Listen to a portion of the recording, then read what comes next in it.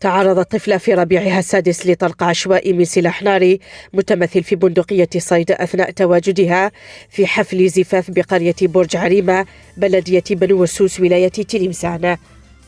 يتعلق الأمر بالطفلة لاغا ريتاج صاحبة 6 سنوات التي تعرضت لطلق نار من طرف والد العروسة أثناء خروج العروس من بيت أهلها.